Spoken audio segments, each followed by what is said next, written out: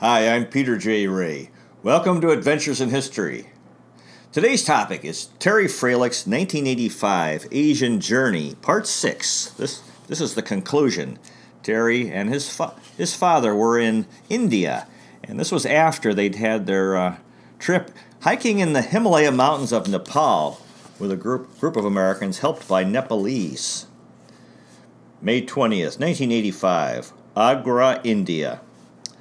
Riding through the streets of Agra behind a sweating bicycle rickshaw driver provided another lesson in the oddities, problems, and fascination of India today.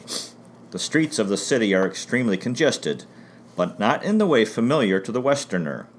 There are trucks and the usual rickety third-world buses crammed with people inside and out, and spewing heavy black exhaust. But the real congestion results from travelers and haulers of other sorts. Hundreds of bicycle rickshaw drivers earning their fares the hard way. Camel-pulled carts, piled high with hay or wood, or whatever is being taken to market that day. Horse-drawn carts with 3 generations of a large family sitting and lying on top of each other. Water buffalo being driven through the city for some unknown reason. By small boys with their whipping sticks. And of course the ubiquitous holy cows, taking their own sweet time in circuitous wanderings, or simply just sitting around. With this menagerie all trying to find their individual ways, it's a matter of each traveler, puller and hauler, finding the best open space and getting there first. As in Varanasi, small shops, holes in ancient-looking buildings line both sides of the streets. But most of the real trade seems to be carried on out in the open at the edge of the road. Barbers squatting before their squatting customers. Bicycles being repaired. Foods being cooked on open fires and endless other activities that provide the substance of an Indian's day. It's anything but an orderly scene. Find your space and do your thing. All in front of or sometimes in a backdrop of buildings whose maintenance has been forgotten years ago. Possibly there simply wasn't the resources to keep things up. Possibly there wasn't the will. More probably a combination of many elements simply overwhelmed the people and their structures. Whatever the evolution, the result is decay. And then there are the street dwellers, people sleeping, napping, or just sitting around on the street. Some have basic straw-thatched cots that sit by the side of the streets. Others just lie on the ground. They are everywhere in large numbers. We didn't visit Calcutta, but there it's estimated that 1/5 of the population, almost 3 million people, are born on the streets, live on the streets, and die on the streets, never having any shelter to call home at any time during their lives. There is a desperation in this street scene. It was strongly evident in Varanasi and is repeated in Agra. Dull eyes stare out of blank expressions.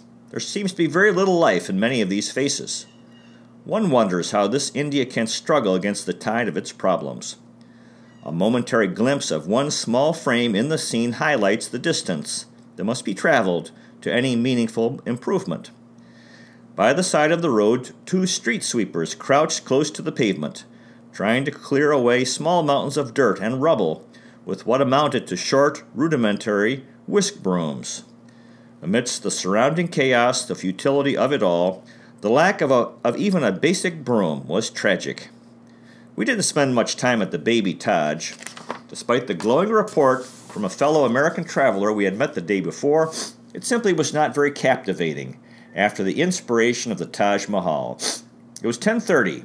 The merciless Indian sun was already beginning to heat the city to the baking point, so we retreated to the hotel to relax and prepare for the early bus to Jaipur the next morning.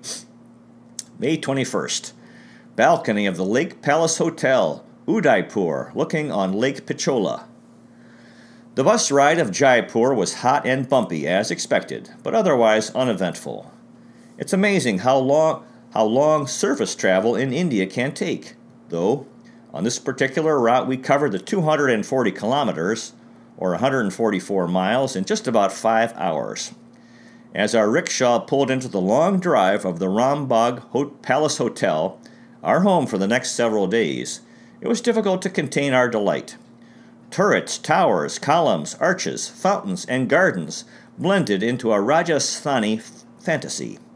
Maharaja Sawai Man Singh II created the masterpiece in the late 1920s around the site of his father's hunting lodge and surrounded the palace with bogs or gardens. The Gardens of Ram was the home of Rajasthan's royalty until 1957, when the then Maharaja vacated the premises and it was converted to a luxury hotel.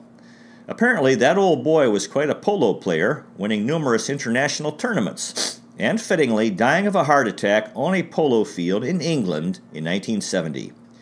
His son still occupies a good portion of the city palace in the middle of Jaipur. A doorman in his neat blue uniform and bright orange turban with the traditional Rajasthani flowing tail met us in front of massive brass doors and escorted us to the reception desk. The registration formalities were completed quickly, and we walked down several long corridors flanked by marble columns and scalloped arches to the Lord Mountbatten suite. Our amazement heightened to virtual disbelief as the porter opened the door. The suite was beautifully furnished, had must have been 20 to 25-foot ceilings, and was absolutely huge, about 65 feet by 35 feet, according to subsequent measurements. It was unexpected, but that's the frequent joy of traveling, and we weren't about to object to what had been served up to us. No, we sank right in, feeling every bit the part of Lord Mountbatten himself. After a nap, we went for a swim. The royal family must have had some swimmers as well as polo players. At one end of the main garden was a 30-meter pool, fully enclosed in a beautiful building. Dad and I both swam a fair number of laps and had our first good workout since the trek. Back at our suite, our fantasy world was suddenly shattered. My black bag was missing. Dad's red backpack couldn't be found either. We frantically searched our quarters, opening every door and drawer, looking under and behind everything we could see. No, they just weren't there. Were they ever in the room? We both definitely recalled unloading them from the taxi and seeing the porter bring them inside. But when we were taken to our room, the bags went up by a different route, and then we were gone for our swim. In truth, neither of us had actually seen the two bags in the room. Dad went hurriedly off to find the hotel manager, and I stayed in the room. As I dressed, moving heavily through the movements, an inventory of my black bag flashed through my mind. Both my cameras, all my film, including all the shots from the trip so far. The 3 ivory figurines and the brass statue of Ganesh I bought in Varanasi. The silver and turquoise necklace from Bhaktipur. The gold and silver pendant from Kathmandu. And worst of all, the journal of my thoughts and feelings over the 6 months since I left MC&C. I didn't feel any sense of real attachment to the various items I had purchased during the trip. Oh, they were all truly lovely, but they were only things. Irreplaceable things, but things nevertheless.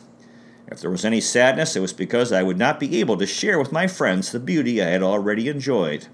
That I would not be able to give gifts as I intended. My journal and the pictures from the trip were another story. So much of my wonderful experiences, so much of me over the past few months were in them, and I felt grieved by the loss of the images I had created. As I sat alone in the room, though, I couldn't avoid for long what I knew. It's so often the same lesson, and sometimes it's simply taught in dramatic ways. The present is where my life is, and an attempt to carry the past, to be immersed in anything but this moment, is only a distraction, and ultimately an illusion. Dad came back from his first conversation with the hotel manager. We searched the room again, and out of a lack of anything else to do, went back to the manager's office together. He had summoned the porter who had taken our bags to the room from his home, and he should be here within the hour. Despite any strong expressions of concern, the hotel manager was certain everything would be all right. What else could he say, really? With a helpless feeling, we shuffled off to dinner to try to fill the time. We tried to help each other keep our spirits up, but our appetites faded, and dinner was an empty gesture. We ate part of the little we ordered and went back to our new room, where we had been moved after the incident due to the necessity of the electricity being off in the Lord Mountbatten suite the next day. Dad wanted to go see the manager again immediately, but the lawyer in me felt compelled to discuss thoroughly how we were going to handle the situation, what our approach would be if the manager was not right and there was not to be a happy ending. In the middle of our deliberations, the phone rang. The manager requested that we come to our old suite. Quickly down the long corridors we went, not really knowing what to expect. When we reached the room, we found the manager, the summoned porter, and two other unidentified men. With a dramatic flair, the manager walked over to the floor-length drapes on the opposite side of the room and pushed them back with a quick movement of both arms. There, in the recessed window well, sat my black bag and Dad's red pack. No, we had not looked there or even noticed the space. Yes, everything was in the bags. After everyone had left, Dad and I discussed it at length. I was certain that I had not placed the bags there, nor did Dad have any recollection at all of doing it either. Whether they had been found and put there by someone on the hotel staff, whether a porter had hid them there out of some concern for their safety, or whatever, we were simply greatly relieved to have them. No explanation made total sense, and we left the incident behind us, concluding that it would forever remain one of India's little mysteries. Back in our suite, the Pink Rose Suite, the distress of the episode behind us, I noticed really for the first time the magnificence of our new quarters.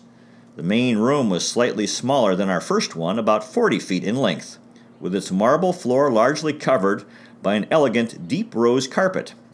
Royal blue sofa and lounge chairs, a divan, writing table, coffee table, chase lounge, and mantel with a 12-foot mirror extending above it, all blended beautifully to give the room the feel and look of affluence.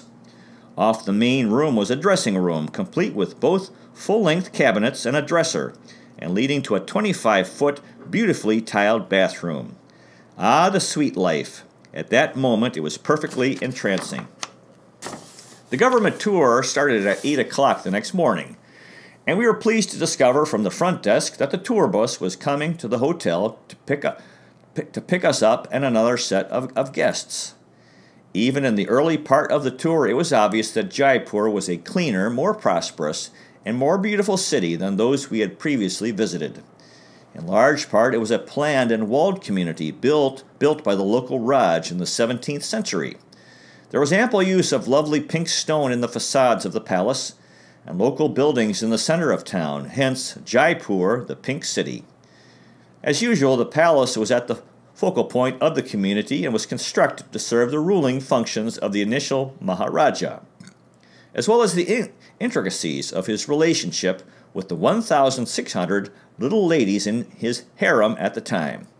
Apparently, the latter aspects of the palace came in very handy for generations, as we were informed that even in the early 20th century, the reigning potentate had 108 wives. Despite his persistence, though, this modern Raja's efforts to find just the right woman were futile. He remained childless and eventually adopted a fortunate nephew to carry on the line.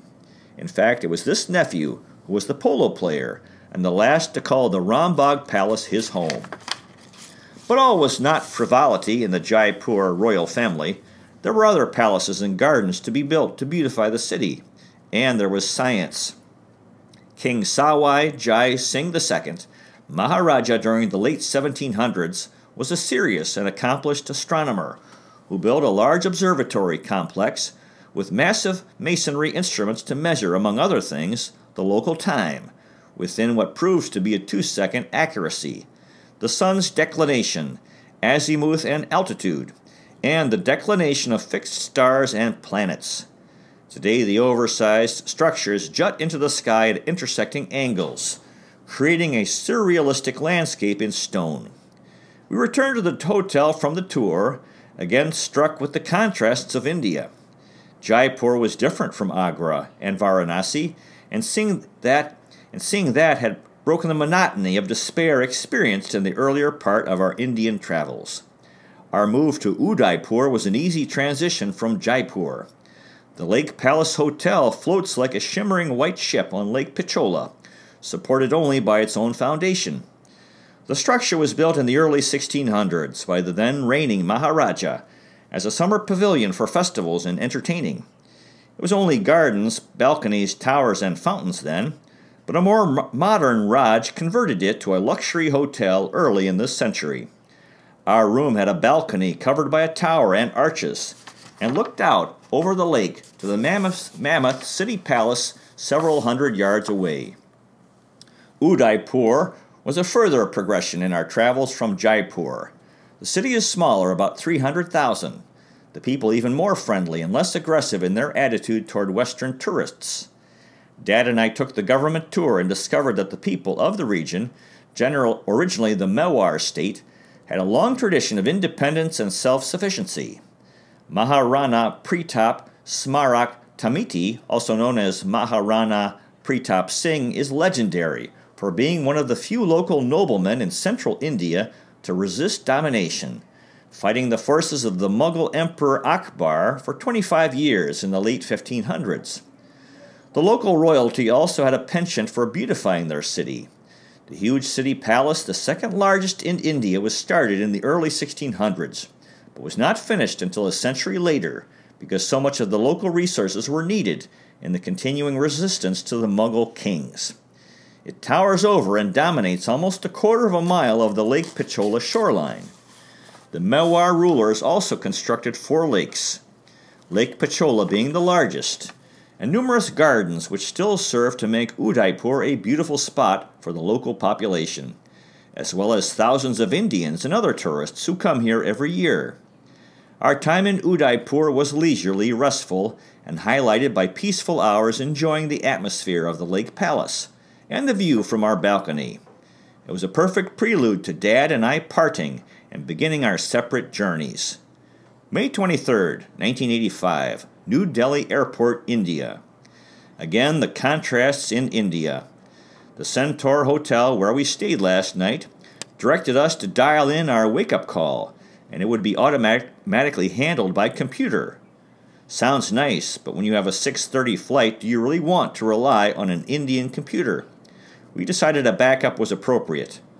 Our systems worked, and I was up at 4:30 a.m. as planned. I wasn't looking forward to leaving Dad. It had been such a wonderful sharing of experiences, doing and seeing such unique things together. As we stood in the dimly lit hotel room, the specialness of our time with each other was deeply felt, heightening the emotion of our separation. I tried to be cheerful, but I felt sadness. Everything was packed and ready to go. I fumbled around a bit, a good part of me not wanting to leave. Dad stood there in the nude. We hugged a long, giving hug, wished each other well, and I left. Sitting on the curb in front of the hotel, waiting for the bus to the airport, I wished I had showed him a more positive spirit in the parting, that I had said more. I pulled out my notebook and wrote Dad a note. How special it had all been for me. How much I appreciated his tremendous spirit and enthusiasm on the trek and after. How much I loved him. I left the note at the front desk, hoping that the apparent efficiency of this modern hotel would get it to him. As the bus pulled away, my eyes watered, and I felt full with the profound love I feel for Dad. Now we have 3 comments on the original publication. The first is from John S. Ray, my father. Quote, Terry Fralich certainly did a wonderful job recording a magnificent trip with his dad. So much feeling is expressed, such clarity of language, such great beauty seen and described. How tremendous that the 2 of them were able to take the trip together. A real epic. Thanks so much for bringing it to us. John S. Ray, Rocky River, Ohio. And the second comment is from Alice Garcia Ray, my very dear wife. Quote, very interesting. The relationship here between father and son was very touching and something to be admired. Alice Garcia Ni Ray, Quezon City, Philippines. And the last comment is from Augusta Smallshaw, my mother's mother, my grandmother. Quote, I have just this minute finished reading Terry Fralich's account of their trek in Nepal and tour of India. Really marvelous, and he uses such beautiful English. Really lively. Such contrasts there in India, the very rich and the very poor. India is supposed to be the richest country in the world in jewels. But you can't eat jewels, eh? Did Harold also make a write-up of his trip? Augusta Fisher Smallshaw, Regina, Saskatchewan, Canada. So that concludes today's presentation. Terry Fralich's 1985 Asian Journey, Part 6. Thank you so much for watching. Good luck to you with your efforts in family history. If this interests you, finding and preserving and sharing old letters, diaries, and photographs, and interviewing elderly relatives while they're alive. Thanks again for watching. I really appreciate it. God bless you. Take care, and I'll see you next time.